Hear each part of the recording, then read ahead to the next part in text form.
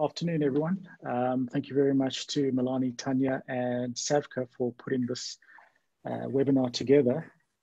We certainly are in uncertain times, and we think it's a pretty good idea to unpack where we are and what we believe will happen in the coming weeks, the coming months, and potentially over the coming years.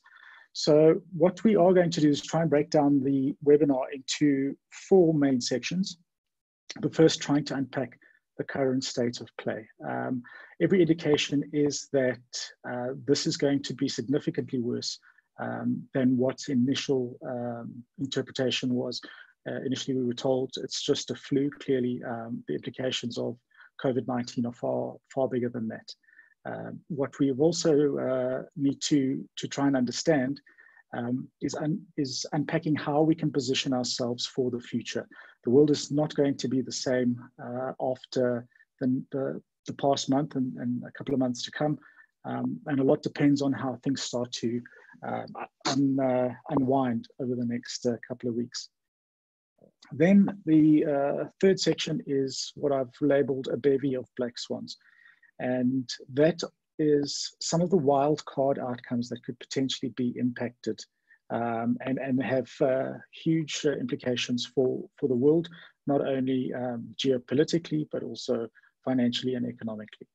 And then finally, we've had a few questions come through from some of the participants. I'll try and address as many of those as best I can. I'm not able to address all of those questions given my background in economics and sector research. So some of the questions that came through with regards to tax and some of the financial technicalities, we'll refer over to one of the oncoming webinars that SAVCA will be hosting. Right, so if we move on to slide 2, what I've simply done there is provide a view of what you will have all seen already, and that is Johns Hopkins University of their infection rate and how they keep monitoring that through the World Health Organization. Primarily what we've seen with the outbreak is obviously it originated in China. Now, China in itself was able to contain much of the fallout, but what it meant for countries like South Africa is the value chain was disrupted, not only in a supply and side impact, but also on the demand side. And I think that hasn't been sort of stressed enough. We were not able, as a commodity exporting country, to send a lot of the goods to China because many of their mines, their manufacturing facilities had to be shut down in order to adhere to the quarantine regulations. So that meant a lot of inventory built up in South Africa, and South African companies couldn't offload that. Now, the problem for South Africa too was that goods couldn't come into the market. A lot of our imports stem directly from China, and we've seen the implications of stock not being available, given that they originate from China. One of the biggest concerns for me, though, is that the world doesn't seem to have priced in the impact of how this virus is moving. So once China was in lockdown and they managed to contain a lot of that outbreak, the virus has begun to move west. And you can see the next impact has been on Europe. So as China begins to come up and get back online, it seems that the European market is shutting down to take similar measures to what the Chinese have done in order to contain COVID-19. What that essentially means is we in South Africa haven't been able to export to China. So our current account deficit will be somewhat skewed, which has led to some of the currency weakness among many other factors. But as China begins to come back online, Europe is down. So the number of countries and the regions impacted will come in waves. The final being in the United States, and then moving south into South America and into Africa, which are predominantly the commodity producing countries. So the Chinese economy, even though it's starting to get back online, South Africa has a large inventory buildup, much the same for South America. But as the Chinese get back up, South America, Africa will not be able to supply them because we are now going into shutdown. So the Chinese economy, while it seems positive that they are back online, that is a bit of a misunderstanding, because the rest of the world is starting to go off just as China comes back. The one that is of particular concern is that of the United States. It's the largest economy in the world. They are heavily dependent on China, despite Trump's Make America Great Again and his attempts to bring manufacturing back into the US. What he will probably do is use this as an example of why he was correct in terms of getting manufacturing capacity back online in the US. And I'll talk a little bit later as we go through the different sections on why that is potentially the way the world will evolve after COVID-19 starts to scale back. If we move on to the following slide, this basically is just a rundown of how the supply chain is affected. So what happened initially was we had a health crisis, which then became a financial crisis. So the Chinese economy essentially went offline, and that made financial markets very nervous. Liquidity started to dry up, and then the economic impact is yet to be felt. So we're still in the process of understanding the financial market fallout, and in time we will understand what the economic impact will be, and I'll run through some of those details. So in the midst of all of this, South Africa finds itself in a position where we see a sharp drop in economic growth. Now, many economists have been trying to quantify this. Quite simply, it's not really possible. And you would have seen Goldman Sachs, a few other research houses have published papers where they say it could be anything from 25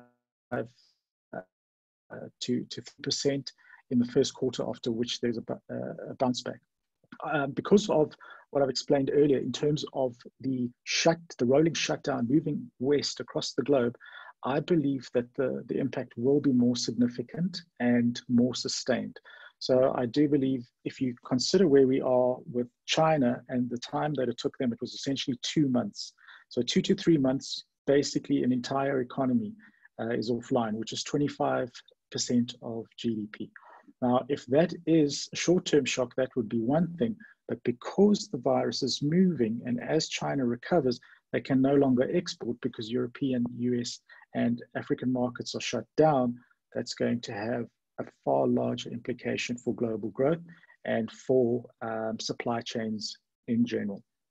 So the collapse in supply chains is going to have longer term effects on the global economy. Where does that fall out? Well, the first thing that has to happen is that governments will face far higher debt repayment costs. We've seen South African bond yields jump by more than 200 basis points over the last couple of weeks, which essentially implies that our debt reservice costs go up dramatically in order to maintain some sort of budget targets. Countries like South Africa will have to reprioritize a lot of their social spending, much of which went towards capital expenditure. That will now have to be rejigged. So there's likely to be a collapse in gross fixed capital formation, or in short, business and government investment, because a lot of the funds that were earmarked for capital investment will now be used in terms of sustaining cash flow and keeping businesses operational. Now, the primary concern that is unraveling at the moment is that of sudden stops. And when we talk about sudden stops, all we're really saying is that the portfolio inflows from developed markets like North America and like Europe are, due to severe risk aversion, not flowing into developing or emerging markets as they have been in the past. Now that, because of our current account deficits throughout Africa and South America, suggests that the currency weakness will continue as those portfolio flows dry up. Now that leaves concern with regards to liquidity, and you'll see the South African Reserve Bank intervened in the bond market yesterday. They had a disastrous auction where they only managed to sell 150 million rands, I think it was, of domestic bonds. So the risk aversion is extreme.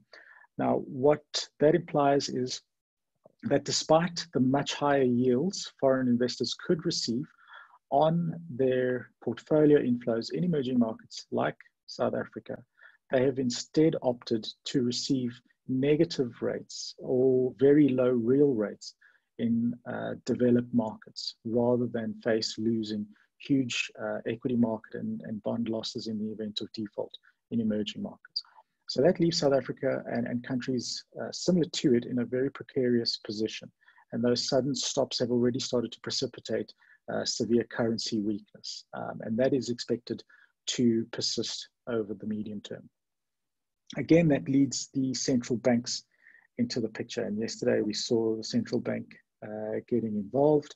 We have seen that central banks have already cut rates.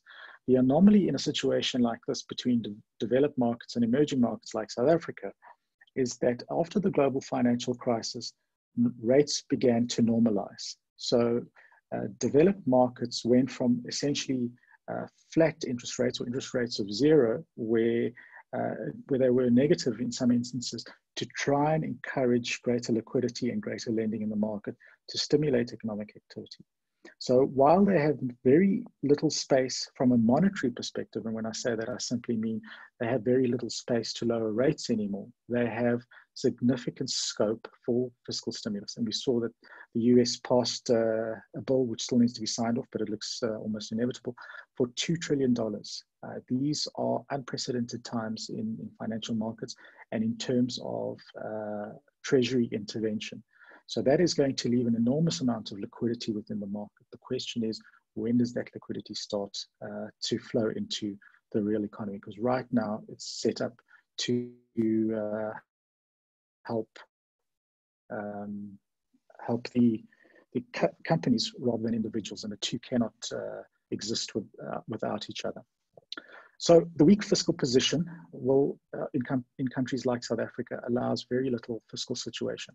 South Africa's budget deficit is projected to increase to up to around 70-75% over the medium-term economic framework. Now, our rating with regards to Moody's is already exceptionally low. Bond markets for countries like South Africa have almost all but seized up, and that leaves very little scope either to raise debt or to use any budget surpluses that could feed into sustaining South Africa through this difficult period. Nevertheless, despite very low inflation, understandably the Reserve Bank has opted to cut interest rates. That is to try and stimulate economic growth. That cut in interest rates will not be enough to raise inflation because we have seen a demand side collapse. So inflation remains very well anchored, and the possibility of further interest rate cuts remains quite elevated. The knock-on effect of all of this, not only for government's inability to step in as it did in the 2008 financial crisis, leads us to believe that unemployment will tick up sharply. And the likelihood of social disaffectedness has increased materially. During the 2008 financial crisis, the South African government was running a fiscal surplus, which means it had more money coming in than it was spending. And that allowed us to use those surplus funds to pour into the economy. And the main way that government did that was through the hiring of people in the public sector. Now, Moody's and all the rating agencies have been telling us we need to start containing our public sector wage bill. We know that there's been some pushback on that. But right now, the government is not in the same fiscal position as it was in the 2008 financial crisis. If anything, it's significantly worse, both in terms of their monetary scope for intervention and certainly as well as their scope for fiscal assistance. Therefore, the likelihood of growth picking up in South Africa over the medium term remains relatively low. So if we move to the next slide and we start to unpack some of the current events that are unfolding. As I mentioned, the supply chain will be down for longer as the virus starts to move west. The concern here is that China is not going to be the biggest concern for South Africa, Rather, it's going to be the United States. And that's simply because of they have one of potentially the biggest affected populations by COVID-19. They are the world's biggest economy. They also have the biggest financial markets, but they are the economy with one of the worst responses to the outbreak. At the moment, President Trump is still talking about opening up markets and workplaces after the shutdown for Easter. What that risks is that the outbreak is not contained and the US will have to go back into shutdown to contain a second wave of outbreak. So essentially what needs to happen is the US market needs to take its medicine, remain offline, get the virus and infection rates under control. And while we've seen China start to open up their markets again and allow people back into factories, we also need to be mindful that there certainly could be a second wave of reinfection that emerges from China. And that essentially will put us into a replay of the current events that we're experiencing. As in an attempt to sort of free up liquidity within the market and try and oil the gears of the economy, central banks have said that they would do whatever it will take to get money flowing back through the system to restart the economies. But what all of that fiscal stimulus and all of that monetary stimulus will not achieve is getting people back to work. The only outcome that would achieve that is finding a solution or a vaccine to COVID-19. Another one of the constraints that businesses and individuals and governments, in fact, will experience is that there's also currently no test to see if people have had COVID-19. The only tests that are available at the moment will tell you whether you do or do not have COVID-19. So for many people, the majority, in fact, who have not and will not be tested, they may not ever know whether they have built up immunity to this disease. And that is going to leave a lot of questions in the minds of individuals as to whether it would be safe to venture out. So this is expected to play out over an extended period of time. Now, the imbalanced responses are going to see huge mismatches within the global economy between developed markets and emerging markets like South Africa. Now, that is not necessarily a bad thing. We've seen a replay of this, or we've seen this play out rather in the 2008 financial crisis, where a lot of portfolio inflows managed to find its way into South Africa when the risk-on environment began to normalize, and that helped South Africa sustain significant fiscal and current account deficits. The problem is South Africa and many others have not managed to get their house in order over that time, and the risks we faced back then are again the risks that confront us now. So there's an enormous amount of risk that lies ahead. Now, what I'm trying to convey in my following point, don't bank on the banks, is that despite South Africa's banking system being very well capitalized, the risk appetite is going to remain jaundiced for some time. And there are a couple of reasons that I believe that will be the case. The central bank in South Africa has not been as active as what we've seen in the likes of the US and the ECB, and indeed Japan. So they have stepped in to de-risk corporate balance sheets, but they're also stepping in, certainly within the ECB and certain countries, to step in and help take pressure off household balance sheets. Because of South Africa's fiscal position, we are not able to do either of those, and certainly not at the same scale. So right now, some of the banks have come out and said that they will provide some relief, a 3-month repayment holiday. Some have actually said you are welcome to take on more debt to bridge over this difficult period. And what that is going to do is simply restructure the terms of the agreement, push up sort of leverage levels, And that is not going to help the fundamental issues confronting many of these companies and certainly many of these households. That's not to say I don't expect that the South African government will announce further intervention.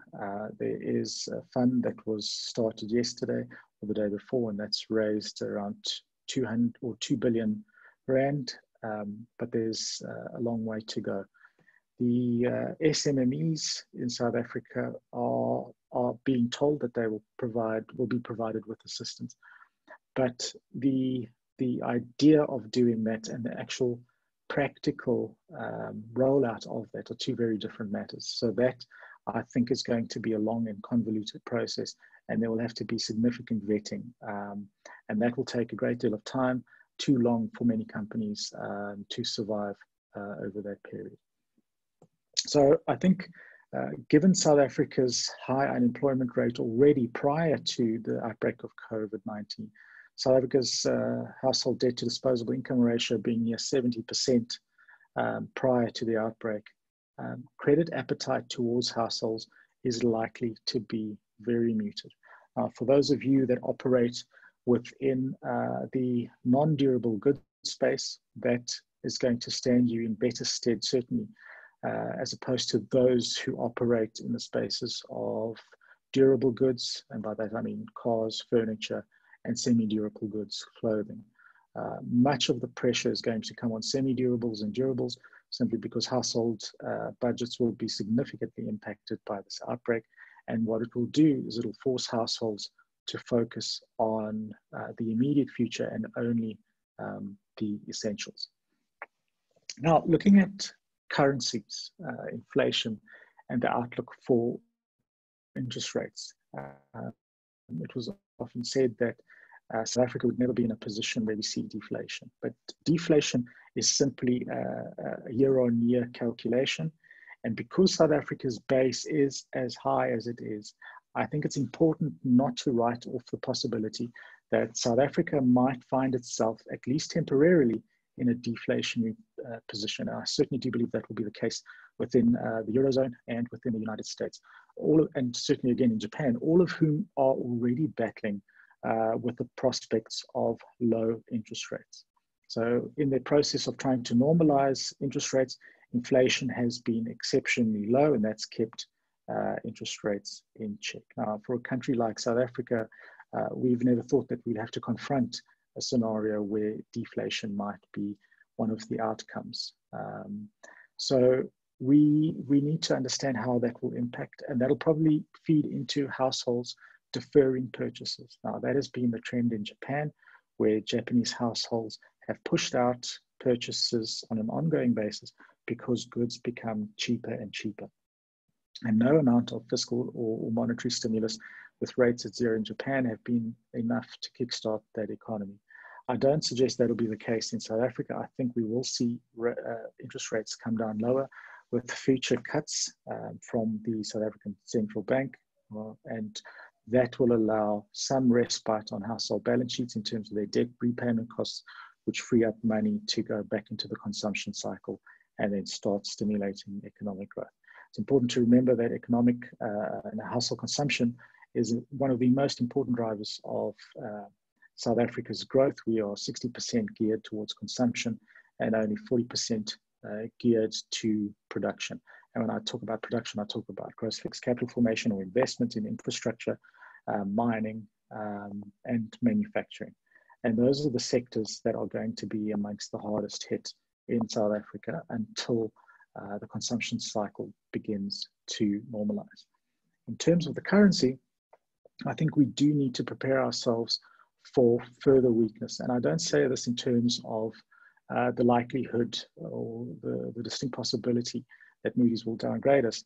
It simply means that the differential between SA yields, SA real yields, and and global developed market yields needs to remain significant in order for capital to be attracted to South Africa. So the Reserve Bank will want to keep rates high, but they'd also be stuck in a quandary with having to lower them to accommodate economic growth and some relief for South African consumers.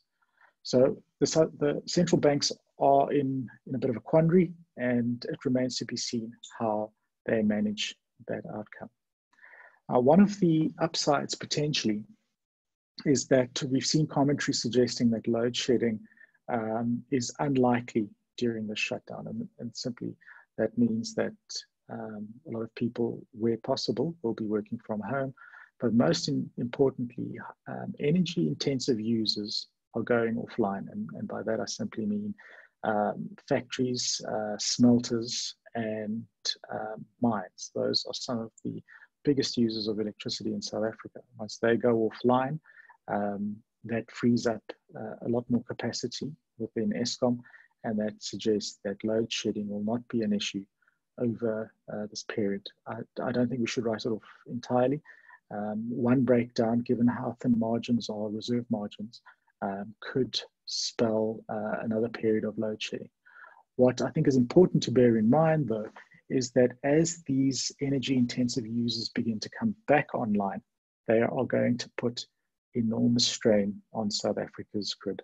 And because we're in a situation now where supply chains have broken down, one would have hoped that during this period, Eskom could have used the time where there isn't as much pressure on the grid to start repair and maintenance of some of their generating units.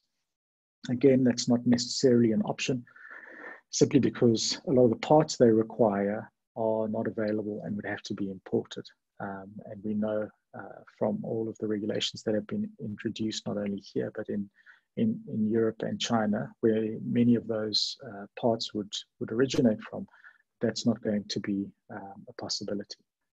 So we think there is going to be some pressure on the grid, but we also need to brace ourselves for the potential that this shutdown will take longer than simply the 3 weeks that have been outlined by the president. If we have not seen any significant containment, we must make peace with the fact that the lockdown period could be extended by another week or 2 weeks. Obviously, from an economic perspective, from a financial perspective, it's certainly not ideal to shut down an economy for that long.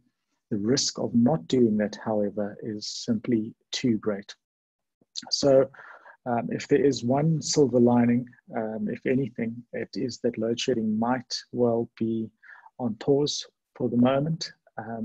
And it gives investee companies in your portfolio potentially the opportunity to start putting contingency plans in place, if at all possible, to start making sure that they have the equipment, the goods well maintained, so that when South Africa does come back online, there isn't a severe lag between opening a business and getting product out of the door.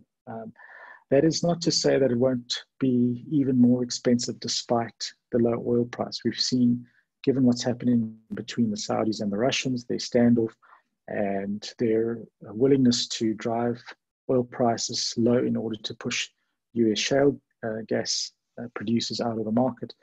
This could be a protracted period of low oil price. What we have already seen in some of those countries, like Ghana, is that the savings from those low oil prices are not feeding through to the consumer. Ghana is a massive oil producer and also a gold producer, and a lot of the revenue that they will now not be receiving because of a $30 per barrel price rather than a $60 per barrel have now fed into their national budget, and they're trying to make up some of those losses through holding back on providing cheaper fuel for Ghanaians and for Ghanaian companies. While that is unlikely to be the case in South Africa because we have a well-regulated fuel price, these are things that we might need to bear in mind, that government will slap additional fuel taxes and levies on mid-year, potentially in October, with the medium-term budget policy statement in order to recover some of the losses to taxes. So that doesn't necessarily mean that logistics will become cheaper. What what will likely happen is that because of the congestion within the logistics sector, once markets become online, they will have greater pricing power, and companies that rely heavily on logistics, imports, exports, and moving goods around the country will be at the mercy of those logistics providers, and there will be a severe backlog due to pent-up demand, and that will ensure that fuel costs remain elevated, and for that reason, transportation costs remain elevated. Now, in terms of looking at actual businesses within your portfolio, human capital is clearly one of the most important. And I think in this instance, it's very useful to think about the impact not only on your own life, but on the people that you see around you. Now, as an example, key person dependency is not something that is often talked about in the day-to-day running of a business. But a lot of that now needs to come into the picture, because for one person, the COVID-19 infection might well be just like a flu, and that person would be able to work from home. But for many others, particularly the elderly, but not only the elderly, becoming infected will be debilitating. And even if that person self-isolates, their state of health will not be sufficient to allow them to work from home, as it will be incapacitating. So key man or key person dependencies rather will become extremely important. And I think this is where venture cap companies can provide significant assistance to those companies, where they provide their skills, their financial skills, their planning and management skills to deploy into a business, so that there is that level of continuity. For many, working from home is not going to be an option, and that is going to raise additional costs for the investee companies. I think most important here is going to be the sanitizing of workplaces. Even where the work from home option is allowed, those workplaces will need to be sanitized before many of the employees will be willing to come back to work. In the factory setting, it's also going to be exceptionally important to maintain a sanitary work environment, and that will have to be done on an ongoing basis, simply because people remain active in that space. It also means that personal protective equipment is going to have to be supplied, and because those are in short supply, there is always the possibility for people who return back to work in critical industries like the food manufacturing industry. The cost of maintaining a healthy working environment for them is going to become quite a lot more expensive. I think there are a couple of other issues that are perhaps a little bit more on the softer side, and that is this is going to have massive unemployment ramifications for companies and for individuals. So it's important to remember that the people working within those companies might suddenly find themselves in a position where they are now the breadwinner for several additional people who have lost their job. They will also be in a position potentially where they have lost someone close to them because of the disease, and that could leave them very distracted. So it's important to bear all of these factors in mind when looking at the return to the work environment. It's certainly going to be a difficult period, but that doesn't mean that we can't return to some sense of normalcy as things start to improve.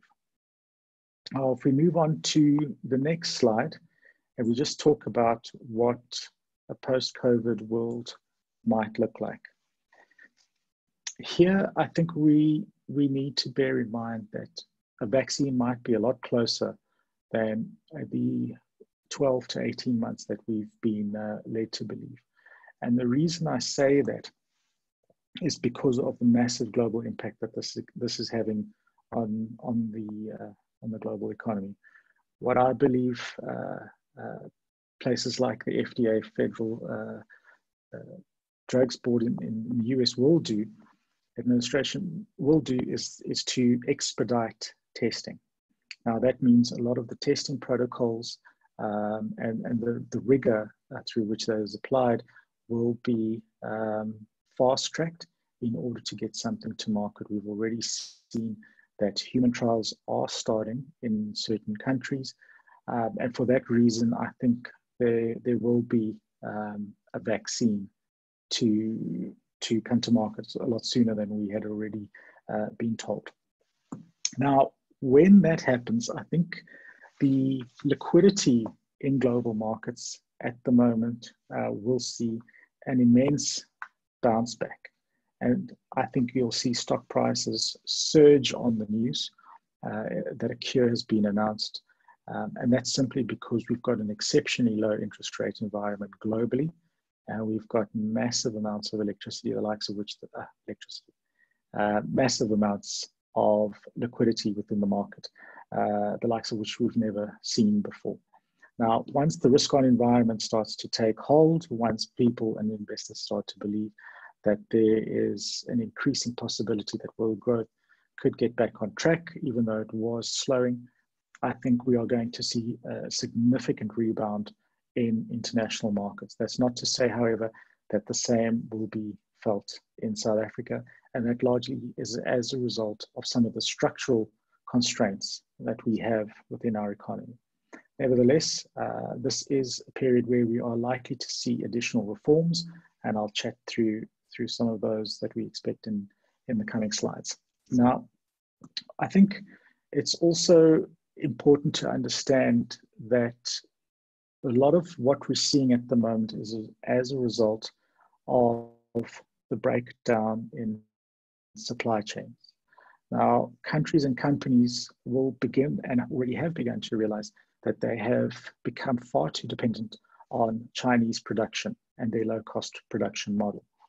Now, once I think the dust has settled, countries and companies will become far more geared towards ensuring independence, making sure that they are not as dependent on Chinese value chains and imports to maintain business continuity. So I think a lot of the fixed investment will go to building new factories that can supply some of the widgets or some of the products that are used in many of South Africa's manufacturing sectors.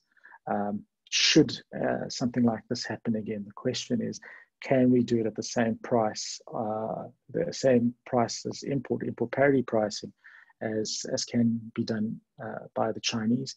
And for that, I think we probably will see additional costs being imposed in terms of trade tariffs to try and sort of even the playing field for higher cost producing countries.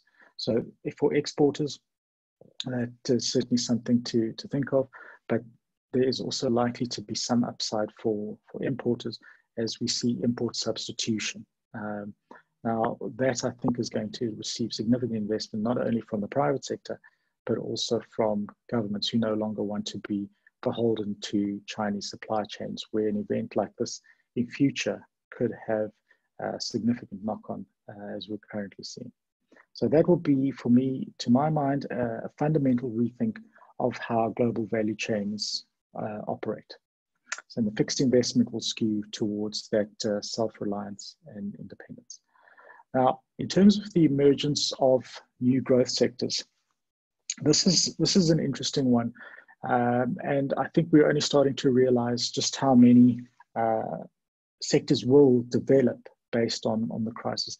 And I'm talking well beyond healthcare, sort of epidemiology, etc. As an example, the platform that we're currently using, Zoom, received, I think it was $43 million investment by Sequoia Capital. I think it was late 2019. And they have made that investment jump to $4.3 billion. And that's simply because of the number of people that are now working from home, that are having to network over this platform and remain connected. So from what was obviously quite frowned upon not only a couple of years ago, will now be one of the primary sources of communication. And I think it's going to open a lot of new channels. Now, in the South African context, it was announced today that spectrum may be rolled out, additional spectrum for 5G may be rolled out while lockdown is underway. Now, it's disheartening to hear that it took a crisis for them to get to this point, but essentially networks and telecommunications providers are going to be under immense stress given the additional requirements from people working from home that is going to necessitate the rollout of additional spectrum. I think once that has taken hold in the market, it's going to be very difficult for government, who have said it's only a temporary measure, to roll that back. So I think that's going to open a host of new spaces for people that play in and cater to 5G connectivity, networking, etc. So apart from the obvious new sectors that will emerge, I think there are ones that are yet to be seen. Now, in terms of the geopolitical shifts in the wildcard scenarios, if we move to the next slide, there are events that might transpire that, while we think are unlikely, should not be ignored. And one of these is the geopolitical shifts between US and China. They have been for some time now in a race for supremacy. The US has been quite nervous in terms of how quickly China has accelerated, and China is in fact projected to become a bigger economy than the US in the next couple of years. And certainly if they don't maintain some discipline in terms of managing the outbreak of COVID-19 in the US, it might happen sooner rather than later. On top of that, we've seen quite a lot of finger pointing. Trump has been known to call this the Wuhan virus. The Chinese have taken exception to this, understandably, and this is going to lead to further sort of dislocations in the market, just at a time when we thought trade relations were beginning to normalize. So we can expect further geopolitical shifts along that line. The other big one to watch out for is oil. Now, while it may be a bit of a long shot, we do know that Russia and Saudi Arabia are engaged in an oil war. Russia can probably withstand current prices for 10 years, given their sovereign wealth fund and the foreign exchange reserves they've built up. Saudi Arabia probably about 5 years. So we know that this can go on for a great deal of time. The idea was to push shale producers out of the market, but Trump has now stepped in saying that he'll provide support. So this impasse is unlikely to resolve itself over the short term.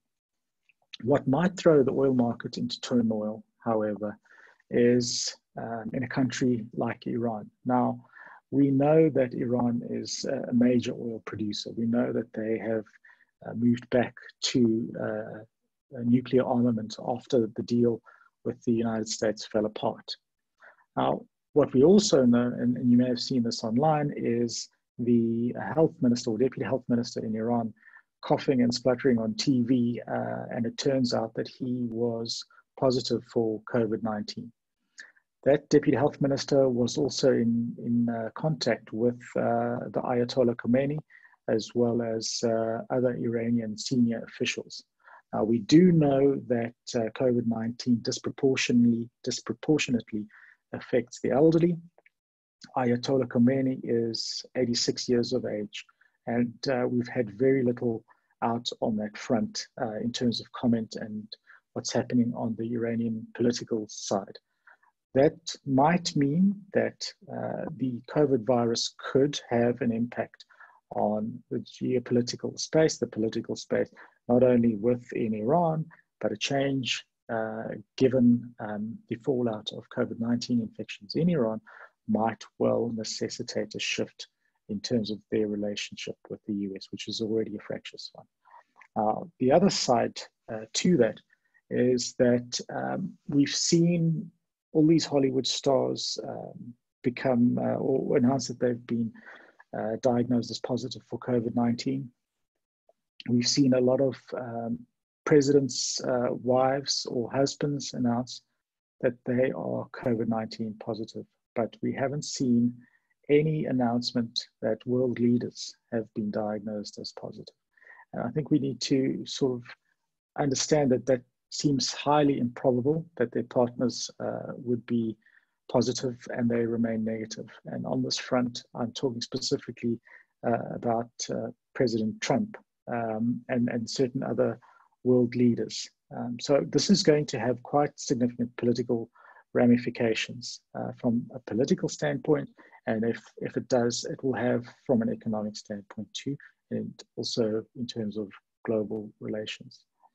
Now, the question has been asked about Trump's response to the COVID-19 outbreak and whether his presidency will be able to withstand the lack of urgency that he has presented and the way in which he's downplayed this. We're supposed to have US elections at the end of this year going into 2021. We know that the sort of race in the Democratic Party is almost all but sealed up, but the Democratic Party remains terribly weak. And we've actually seen that President Trump's support numbers have increased quite a bit in terms of his handling. I don't suggest that that is going to be the case over the next couple of weeks as the virus takes hold in the US and US voters get a real sense of how severe this outbreak is going to be. So we've got a lot at stake here, not only from a geopolitical standpoint, but also from a domestic African and South African standpoint. So in terms of these new economic orders, who will win the race between China, Europe, and the US to gain a foothold in the African markets? That remains to be seen as the way things are playing out now. China has been amongst the most active, but is only the third biggest investor in Africa. I think they will want to move that needle, and they'll pour a lot more, especially if their economy is not as severely impacted as what we're seeing in the US. So I think Africa is well placed, but what this disease does is it comes at a time when South Africa and Africa had signed the African Continental Free Trade Agreement, which was supposed to start trading June, July throughout the continent. This free trade would have been a good fillip for trade, not only in South Africa and the export of goods, but the reduction of import prices that would have hopefully stimulated economic growth. There is every indication that the outbreak of COVID-19 in Africa will necessitate that trading under the African Free Trade Agreement will have to be pushed out. So I think just in summary on these scenarios, I think we need to just be mindful of the fact that while the potential for a global snapback is quite positive for South Africa in particular, the resurgence of economic growth will likely be far more muted, and part of that is given our elevated debt levels, our structural constraints, and the pressure under which Southern consumers find themselves. I also think businesses should start preparing for the fact that there is a possibility of social unrest. There are concerns with regards to looting. These are not things that I see as core scenarios, but I think from a risk assessment point of view, it's going to be important for companies to start planning for any eventuality when it's not necessarily COVID-19 that shuts down a business, but rather the likelihood of social unrest, people not being able to get to work because of it, service delivery issues, etc. So I think just in terms of where we stand as an overall, I think on the global front, there's significant risk not necessarily from China, who seem to be getting a handle on it, despite concerns of a second wave of COVID-19 infections. The main risk stems from America. To counter that, they've pumped massive liquidity into the market, that once the COVID-19 has finished moving across the globe, or there is a vaccine found, could lead to a significant bounce back in financial markets and in economic growth, which was already beginning to show signs of strain. I think the outcome for South Africa is less rosy, given how tight our fiscal position is, and our ability for monetary easing will not necessarily have the same impact as it would in the likes of developed markets, particularly in Europe and in North America. Now, a few people sent through some questions beforehand. I'd like to just maybe run through them quite quickly, and then open the floor for discussion and for further questions. I think there's going to be more to gain from those engagements. But let's start with one which came through with regards to funding, and when should discussions begin with banks. I think those discussions should start happening as soon as possible. As I mentioned, I think there will be very little in the way with regards to relief from banks. It's not fundamentally going to move the payments needle, and it's not going to assist significantly in cash flow. But I think nevertheless, any business should try and understand as soon as possible what their potential options are. I think it's been Standard Bank that have said, or Nedbank that have said that they will provide some relief. Not all banks have come out and specified what their plan is, and I think that only extends from businesses of 200 million rand turnover or less. So there are quite a few businesses that don't fall within that category and will have to turn directly for additional bridge facilities in order to sustain their business and sustain their cash flow. I think what is important, however, is that discussions can begin with suppliers. And one of those would be with landlords. I think as we've seen with regards to Edcon, having to sort of renegotiate some of the terms of their rental prices and their escalations, I think now is as good a time as any, given just how much capacity there is in the real estate space. In terms of sustaining cash flows, that was another question that came through. This is really, I haven't seen any suggestion that there's a way around this. Businesses are shutting down for 3 weeks, and that has become very problematic in terms of maintaining cash flow. I think over the short-term bridging finance is going to be, and some sort of relief from the banks is going to be the most likely sort of lifeline.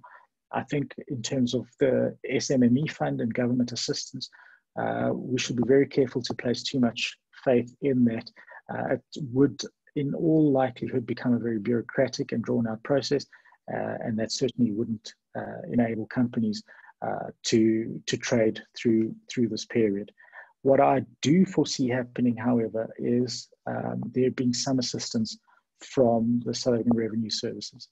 I think we should see a deferment of some of the tax payments, and that is despite the fiscal position that South Africa finds itself in. I think some companies, particularly smaller companies, will have tax payments deferred or tax rates reduced, at least as an emergency measure, to try and maintain trading operations and try and keep as many people employed as possible. Now, in terms of workplace management, there was a question that came through on that, where there is no option to work from home. That's a very good question. And I think what is important here is that for critical industries, things should really carry on as usual. The cost base, however, is likely to increase. And by that, I mean there's going to be additional costs in terms of sanitizing the work environment, in terms of maintaining social distances between individuals within the workplace, and buying personal protective equipment for employees. And again, this is where the venture capital skills can be deployed more intensively into the business. If, as an example, a CEO, CFO, or senior individual becomes ill with COVID-19, someone can step in to provide the necessary skills if there hasn't been a succession plan in place. I think from an operational and human capital point of view, it's also important to remember that this is going to be a very difficult time for individuals, for employees, from a mental, a financial, and an emotional perspective. Now, when I say that, there are obviously financial losses, not necessarily for the person in your business, but there could be financial burdens placed on them with people within their family who they now have to support simply because they've lost their job. Mentally, there could be, and emotionally, there could have been a loss in the family due to COVID. And for that reason, there will be people who are going through significant emotional distress. I think one thing that hasn't also been raised, certainly not from an operational level in companies, is that a lot of people are starting to become aware that their pensions are being decimated. People who will start to get towards the end of their working life may have to prolong their time at work where at all possible, simply because what they thought would be enough to retire on, given what's happened in financial markets with JSE losing 30-odd%, is no longer an option because their retirement annuities are significantly less because of the value destruction. So I think venture capital companies and business owners need to be mindful of some of these softer issues too, to ensure not only that there's continuity of business, but that key skills are retained. And in an environment where you've got rising unemployment, rising disaffectedness, it's going to be even more difficult to retain skills. So for that reason, I think it's important to take a holistic look, not only at what's happening in terms of the fundamentals of a company, supply, demand, distribution, value chains, but also in terms of what's happening with the individuals within that company. So I've said quite a lot, and I've gone on for a bit longer than I'd hoped. But Milani, if we can now open the discussion up to the audience, and we can perhaps chat a little further in terms of questions that are asked.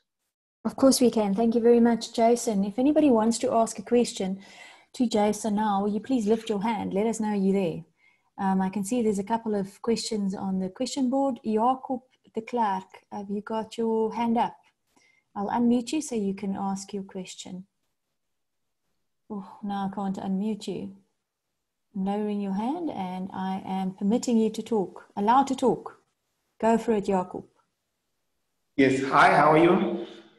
Good, thank you, Jason, for that good presentation. I think the key question that I would like to ask is just that obviously everyone is saying that obviously for us, for the world to get handle over the COVID-19 is plus minus 18 months. And obviously you mentioned that we expect that to be sooner, but how sooner? Is it like 6 months or 6 months to a year, or where are we looking at really? Because I think that's the key for us to understand, because the more this goes on, the more obviously everybody doesn't have working capital to sustain the employees that are sitting at home. And we just wanted to see what's your thoughts on that? Is it going to be 6 months or 12 months or something like that? That's a very good question. I think my suggestion around this would be try and plan for cash flow sustainability where at all possible over at least 12 months. What I do suggest though is that finding a vaccine or a cure for COVID-19 might come as an upside risk, and by that I simply mean it comes to market a lot faster than we thought possible, simply because a lot of rules are being bent in every country to move very quickly from animal testing through to human testing.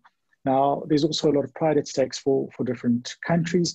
There is a lot of them are vying for superiority, and there's going to be an enormous amount of pride for any country that comes up with the COVID-19 vaccine first.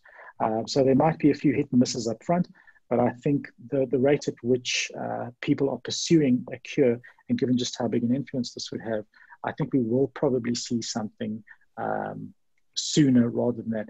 But from a planning perspective, I certainly would encourage VCs to plan for the longer term. So I would rather base the planning phase in terms of what we've been told, and that is 12 to 18 months. But I think what I'm trying to suggest here is be prepared that something might come to market faster than anticipated. And that's just because of how many people are looking into this. Now, it doesn't mean everybody will naturally be suddenly inoculated. It means that the financial markets will bounce first. There will be this initial euphoria that things are going to improve, but to roll that out worldwide, and I would imagine that there would be no patent on this. Well, I certainly hope not, and that the countries will allow the recipe or formula to be shared across countries so that each country can start developing their own drugs for rollout. And then I think the impact will be significant in terms of the economy. But first, a cure, financial markets, excitement, and then the economic reality setting in that this will take a while to roll out. So planning for 12 months, best case scenario, don't write off the possibility of 6 months. Thank you. Sure. Super, thank you for that question. Have we got any more questions? Stick up your hand if you've got a question on the screen. Otherwise, I'm going to start summarizing thematically what I think I heard from Jason. Okay, great. I can't see any, but feel free to put your hand up if you do have any questions. So, Jason, just in summary from what I've seen come across the webinar chat and from what we saw in your presentation, it appears that there's a race on 3 levels going on. You've got your geopolitical race, which is currently going on between US, China and Europe, somewhere in that lineup. Then you've got the local social race, which can easily evolve into a political race here in South Africa. And then you've got on the third tier this conflict or tension between the human element versus the fiscal infrastructure that supports this human element.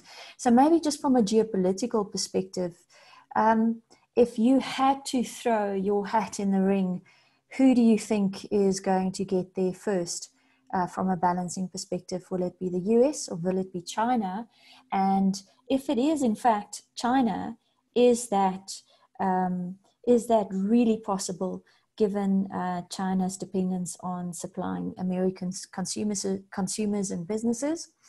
And secondly, from a local perspective, should social unrest for the various reasons that you mentioned become a reality, how do you think that might play out from a political race and positioning perspective?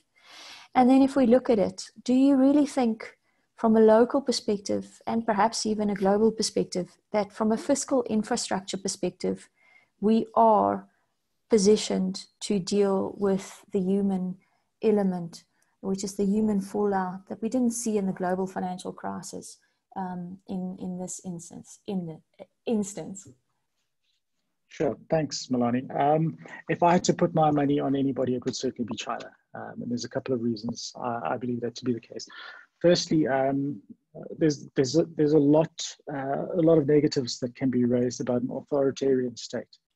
But when an authoritarian state who dish up severe consequences for disobedience tell you to do something, it is done. And that has enabled China to get on top of this virus exceptionally quickly. Yes, the measures that were employed were exceptionally draconian. They welded people in their buildings. They forced people into large hospitals, but they also have the infrastructure to and sort of the capacity to, as we saw, build a hospital in 10 days. Now, contrast that with what we're seeing in the United States, supposedly the bastion of democracy. I think what has democracy is a fantastic tool, but I think Churchill said that the best argument against democracy is a 5-minute conversation with the average voter. Now, I mean, I think we've started to see that play out in the US, where we've got the bill that has been held up between the Democrats and the Republicans. This is an existential crisis, to my mind, for the United States. They have to get their economy back up and running, but there are political ambitions that are likely to throw a spanner in the works. So I think simply because of the way China manages its economy, this authoritarian leadership that they have, their decision-making capacity is far greater, and their ability to turn around and implement is far faster. Whereas the US is very procedural, and it takes a long time. So I certainly do believe that will give the Chinese an edge over and above what we're already seeing with the US response to the virus, which quite frankly seems shambolic. And I think we are yet to see significant fallout. And I do believe financial markets will come under significant strain in the US over the coming weeks, once the investors begin to grapple with the sheer severity that has not been contained in the US as yet. In terms of South Africa, how would we manage and mitigate social unrest? This is one of my sort of risk scenarios. I don't believe it's necessarily something that would be a core view. I think there is an outside chance. I think South Africa in that respect is very much like the United States. It's a very democratic republic, and people don't necessarily like being told what to do. And when they are, they will push back. And I've seen just with regards to social media, people already suggesting that they will not stick to a lot of these curfews because they are it infringes upon their rights, and it takes away from their basic human rights. Now, the Chinese aren't as concerned about the basic human rights of their citizens, and their citizens know that, and for that reason abide by what the government tells them. So I think we will have an outside chance of social unrest in South Africa. I think first and foremost is to make sure that there's no ill effects of staff, no ill effects in terms of damage to property. But I do think that will be short and sharp. And we've already had experience of that to some extent in a very limited context in South Africa. And I believe that happened around the xenophobic violence and the looting. I think that could happen again. We've already seen governments' insurance fund say that they've been hit particularly hard. You are now in South Africa faced with a group of people who are already socially disaffected because of high levels of inequality, and that's going to simply be exacerbated by the current environment where people are additionally told what to do, and the tone in which they're told to do that, as we saw from yesterday's press conference, is not particularly comforting or accommodating. Now, in terms of South Africa's fiscal position, it is of concern. And I mean, we've been saying Moody's, I think, announces tomorrow. I don't necessarily think they will downgrade South Africa tomorrow. And I've been the type of person that say, yes, Moody's is going to downgrade. I think what we have now is there's an entire step change in terms of the world. So Moody's has already started to junk a lot of US companies on the corporate bond side. But from a sovereign perspective, all countries are essentially taking 1 to 2 steps lower in their ability to repay sovereign foreign debt. Now, Moody's has been an outlier, and to my mind, they've been risking their credibility by keeping South Africa at an investment grade status for as long as they have. I think they will not downgrade South Africa tomorrow. I think there's simply too much going on in the world, And something I said a little while ago is that if Moody's does downgrade South Africa tomorrow, I don't think anybody would even notice. There's just too much going on. There's too many moving parts. And for a small emerging market, an open country like South Africa, the focus is not on us. We like to think that the world is very, very worried about us and us being downgraded, quite frankly. A lot of all those portfolio inflows have already made their way back to Japan, Europe, and the United States because of fear of what's happening. So I think for that reason, while I don't think Moody's downgrade will be a terrible outcome, because I see a lot more countries undergoing the same thing, and it might actually be beneficial for us to get through it as soon as possible. I do think that from a fiscal perspective, South Africa is in quite a deep hole. We've already seen that the debt projections from National Treasury are for a run-up past 70% to GDP over the medium-term economic framework. We are not making much progress in terms of shrinking our wage bill and reducing the public sector headcount. That is going to be exacerbated by the current environment, where in the last financial crisis, the Southern government stepped in and started hiring people so that they wouldn't necessarily have to increase their social grant base. So rather than receive a social grant, you can see the headcount in South Africa's public sector with the expanded public works program rocketed dramatically. I think that's going to be very difficult to unwind. That means we're going to have some rejigging on the expenditure side in other areas like fixed investment. And there's simply no room to maneuver on the income side. If anything, from a fiscal point of view, there's going to have to be some concessions made by National Treasury in terms of their revenue targets, given how tough the environment is. So how do we manage the human fallout on that? That's going to be very tough. And I think what we do need to acknowledge here is that the private sector has an important role to play. And I think the most important of that is that we must maintain employment wherever possible. I know the temptation will be there to sort of reduce headcount as quickly as possible in order to maintain cash flow and trading operations. But if the government comes out, as they have done in the UK and potentially in the US, who have said, if you do not lay off any people, we will help you in terms of business continuity. That I think is something that needs to be looked at and addressed in South Africa. The human fallout is going to be severe, not only from a health perspective, but I think the potential economic outcome has as serious consequences. And I think the government will easily concede that they are not in a position to do this alone, as much as they would like to be able to. So I think the private sector is going to have to step up, and I think that would be an exceptional sense of or showing of goodwill that will bring the government and the private sector, as well as labour, together, which is something that we've been advocating for a long time. Thank you for that, Jason. Nabila, I see you had your hand up and I've just unmuted you. Do you want to ask your question? Yeah, sure. Thank you. Thank you, Jason, for a very informative session.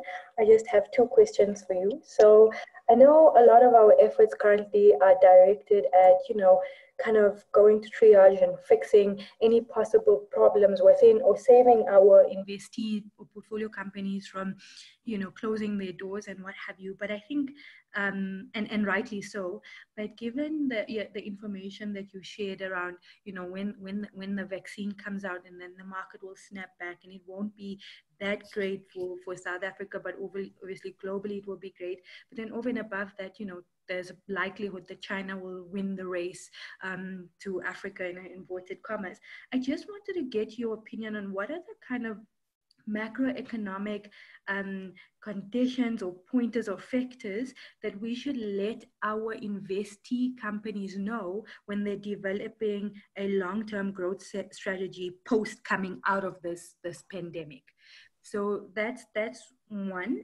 And number two is just there's been talk about the property market now being a buyer's market, and obviously with this pandemic, there's implications to that as well. So I just wanted to get your opinion on the property sector and property market, and what might happen there because of all of these implications and consequences of the virus. Thanks, Nabila. Those are great questions. And I think just in terms of keeping Investee doors open, that's certainly not going to be an easy task, but I do think it's doable. And I just want to, at the end of this question, just chat about some of the potential opportunities that I think are out there, and especially in the venture capital space. And I'm sure you far better than I am at identifying these, but just as I see them. In terms of positioning your investee companies for a post-COVID world, the macros that I would strongly encourage you address with them and sort of guide them through are going to be things like interest rates, because it's going to affect the cost of their borrowing, and it's going to affect endowment income. It's going to affect the interest that they accrue on their savings. So I think that's an important one. So the interest rate is one that I see coming down over the medium term. So I think we'll probably see the Reserve Bank act another 2 to 3 times this year alone. So we first saw the emergency 100 basis point cut. I think that we probably will see more cuts. And I think that will start to happen as the severity of the economic downturn becomes apparent. I think the next 2 to 3 interest rate cuts will be 50 basis points each, and I think they'll become more gradual after that. So businesses need to start planning for a world in which access to financing, if they can survive this period, will become cheaper. That's going to obviously provide them with a little more runway, and it's going to open up new opportunities to them. But what it will also do is ensure that the savings are not generating as attractive interest rates as possible. The reason I believe interest rates are going to start coming down is because of inflation, and that's another thing that I would suggest chatting to your investees about. Not only consumer price inflation, but producer price inflation, and it stems across different sectors. So, as an example, we've had deflation taking place in the telecommunications and a lot of the durable goods sectors already prior to where we are in this new COVID crisis. And I can only see deflationary trends deepening within the likes of the vehicle sector, vehicle sales, in terms of telecommunications, with the pressure that they're under to reduce costs, in terms of new emerging technologies that we'll see, like spectrum being opened. So I think the discussion that should be had with investees is with inflation and interest rates hand in hand. So the inflation trajectory remains very much on a downward path. It remains well anchored because there's been a supply collapse. The currency blowing out, SA bond yields blowing out are not going to be enough to move inflation higher, simply because there's no economic demand, not only in South Africa, but worldwide. So I see scope for interest rate cuts. The other thing that I would certainly suggest chatting to investee companies about is running them through the health of the consumer. We know that the health of the consumer wasn't particularly good going into this period, and there's more than enough evidence to suggest it's going to get significantly worse. So even though credit appetite will start to tighten, their debt to disposable income costs will start to rise, or debt ratios will start to rise, because the denominator, which is disposable income, simply becomes quite a lot smaller. So the debt levels in relative terms will begin to rise, and lower inflation, lower interest rates are not going to be enough to stimulate economic consumption. And there are many surveys that you could turn to provide some insight on that. So there are surveys, as an example, that will provide you with the consumer propensity to spend on things like durable goods, semi-durable goods. And from that, you can gauge, okay, what is the is that a leading indicator for what I might expect for furniture sales or vehicle sales? So those are quite easy to chat through. And I definitely, depending on sort of the positioning of the business and the end market, if it's for the export side, start to look at what we're expecting in other countries. Now, as an example, we might have a South African manufacturer who just happens to produce sought after goods for the Chinese market.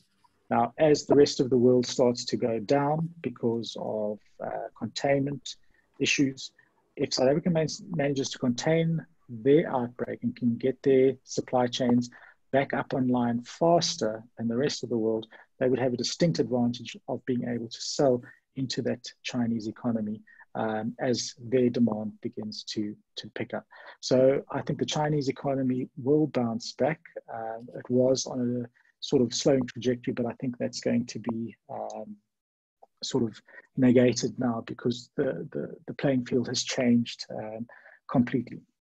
On the commercial property side, many have said it is a buyer's market, but I think because economic activity is as weak as it is, the vacancy rates are exceptionally high. And you can look across the commercial real estate space, housing and sort of retail space. All of those are going to be problematic. An example I use is if you see Pick and Pay clothing in Sandton City, you know that something is not working because it's supposed to be a place of high-end brands, etc. And what we are now seeing is that those larger retailers with more scale, more bargaining power to negotiate rates are taking up prime real estate within high-end malls. So I think we are going to see a lot of the smaller independents, particularly in the clothing space and the furniture space, start to add to vacancy rates. So I think it's still too early to call a bottom on the property market, but I certainly do think it gives investors more leverage in terms of rental escalation, prices, and negotiation. From a sorry, Nabila, what was the final one after? Oh, the potential opportunities. That's what I was going to touch on quickly. I think, I mean, I know very, very few people are okay, things are looking cheap. What should I buy? Because they're sitting on massive cash piles, not to say that there aren't those people out there. But if you look at what's happening in terms of some of the companies out there, if let's say there's a company that you've had your eye on for some time, and you think they're positioned to grow, not only in a post-COVID world, but in any sort of oncoming environment, their very existence might be under threat under the current environment. If you could sort of approach those companies and say, okay, well, you know, we can assist you for an equity stake with the option to increase that over time, but all we're going to do now is provide you with bridging finance so that you don't have to shut your doors or face liquidation. You could probably pick up some really, really solid companies who are facing an existential threat at some very good prices. So there are definitely opportunities out there, not only to pick up good companies who are, you know, facing liquidation simply because of the market environment. All they need is an investor or someone to sort of tide them over that period, which could ultimately lead to an equity stake, but that could set you up for much longer term returns. But I think it's also important to look at different sectors. A lot of people would say tourism is very negatively impacted. Yes, that's certainly the case, but I don't think we should also be take it for granted that tourism is going to bounce back immediately afterwards. And that is because there's a lot of stigma attached to COVID-19 in certain countries. And I think household budgets will be decimated across the world, not only in South Africa, and that will leave less room for travel. So I think a lot of what tourism will be in South Africa in a couple of years' time, once this all passes, is certainly more domestically orientated. So that opens up new opportunities, new avenues for growth.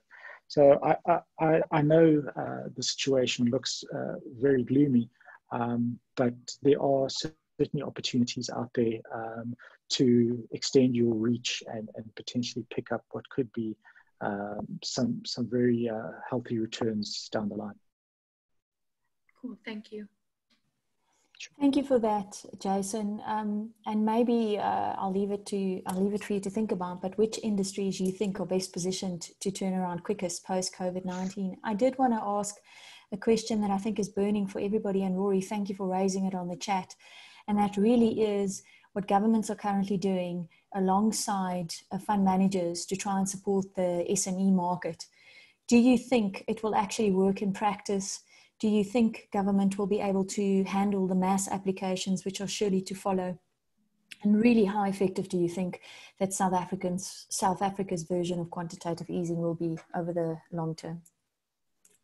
Rory, that's a great question. And I think the short answer is no. I don't think government will be able to cope. I think they will be flooded with a host of applications for assistance. If in an ideal world, the president has said they will clamp down exceptionally hard on anyone that is found to be taking part in corruption. South Africa, the reality is these sorts of processes have all been fought with corruption. And if you look at some of the funding that's been doled out in the past by the likes of some state SMME funds, IDC, etc., they've usually gone to friends. So I don't mean to sound negative, but I certainly would be a little skeptical in terms of what to expect from government. Not only because of the capacity constraints that they'll be facing, given the sheer volume of not only informal traders, but smaller businesses, suppliers to government, there will be a tendency for sort of a backlog and a bottleneck in terms of processing and dispersing some of those funds. So from the way I see it, government's role here is ideal. I do think that they have the right ambitions in mind, but I think if history is anything to go by, the bureaucratic processes and the time that it takes to get these funds paid out might leave companies who are depending solely on those funds to run out of runway and no longer be able to operate. So if I were an investor or an investee company, I'd be very, very keen to approach government, but I wouldn't leave that as my sole option, simply because I think there are going to be significant backlogs in processing the applications and just as many in terms of dispersing funds. Just in terms of South Africa's version of quantitative easing, it's very difficult to get a sense of what next. We know that Treasury intervened in the bond markets yesterday. The way that transmission mechanism works is from sovereign bonds down through to bank funding. And the idea is if you take risk off bank balance sheets, they can then open up credit and lower costs for bank clients. The majority of South Africans are unbanked, and it won't necessarily make any difference in their lives. And because of their sheer scale, they make up a large portion of the community in terms of getting the economy to turn over through consumption. Moreover, the bank credit appetite is going to be limited because of all the issues that we mentioned, despite funding costs being lower. Lower funding costs for bank doesn't change the funding costs for individuals and companies necessarily because of their risk profile. And banks are going to be far more likely to scrutinize companies and individuals given how precarious the situation is. So what I would like to see in terms of QE from South Africa is something like we've seen from the ECB. Now, we don't have the scope for helicopter money, which is essentially a minimum basic wage that can sustain people through 3 months of being offline or unemployed. The UIF fund is simply nowhere near sufficient to do that, but I think funds like the UIF will be tapped. And I think that will provide some respite, but it's going to leave the middle class betwixt and between. So the middle class will have to rely on banks, but given the deterioration in credit metrics amongst consumers, they will also be finding it difficult to access that. Companies very much the same, unless they demonstrate an exceptional balance sheet, which is unlikely in these current times. And government simply doesn't have the fiscal headroom to allow them some sort of relief. The situation is not too different in the US. I think it's probably good to quantify that. The US is also not likely to give people sustainable grants over 3 months or 4 months just to get them through this period. They've offered a $1,200 once-off and rather focus the transmission channel through banks. That has worked in the past, but I'm not necessarily sure South Africa is in a position to do that. Thanks for that, Jason. I'm aware that our 90 minutes is up, and I'm sure everybody's anxious to get to where they need to get to before lockdown formally commences this evening. So finally, closing comments, and just again, throw your hat in the ring and let us know which industries you think will turn around quickest. Is that one for me, Melanie? Yeah, that's for you. Oh dear. Okay, put me on the spot there. I think non-durable goods. So if you are a maker of essential goods, bread, meat, poultry, I think these are all essentials that won't, for one, be as badly affected in the current environment, but also certainly bounce back a lot quicker. I think you are going to see a significant shift to networking, to virtual working, and I see those being amongst the winners. I think in terms of the losers, I think those are going to be on, let's say, on the durable side, less so on the clothing side, where a lot of household spending, because of the deterioration in their finances, job losses, are going to see an enormous amount of strain. And bank funding, given the elevated risk, will probably tend more to sort of middle income to higher income earners. And that again is going to exclude a large population of South Africa. A lot of them were sort of supporting the semi-durable goods. So I think modern semis are going to take significant strain for a protracted period of time.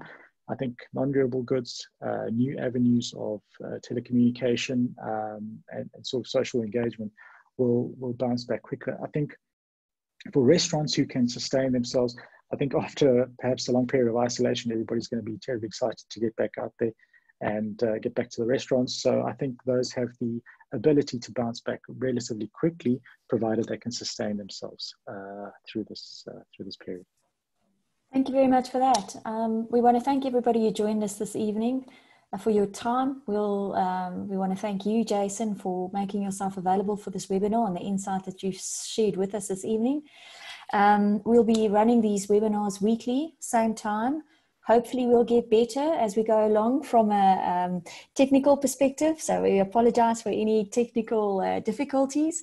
And we wanted to take this opportunity to wish everybody health over this 21-day lockdown. Be kind, be safe, be strong. To the next webinar. Thank you very much.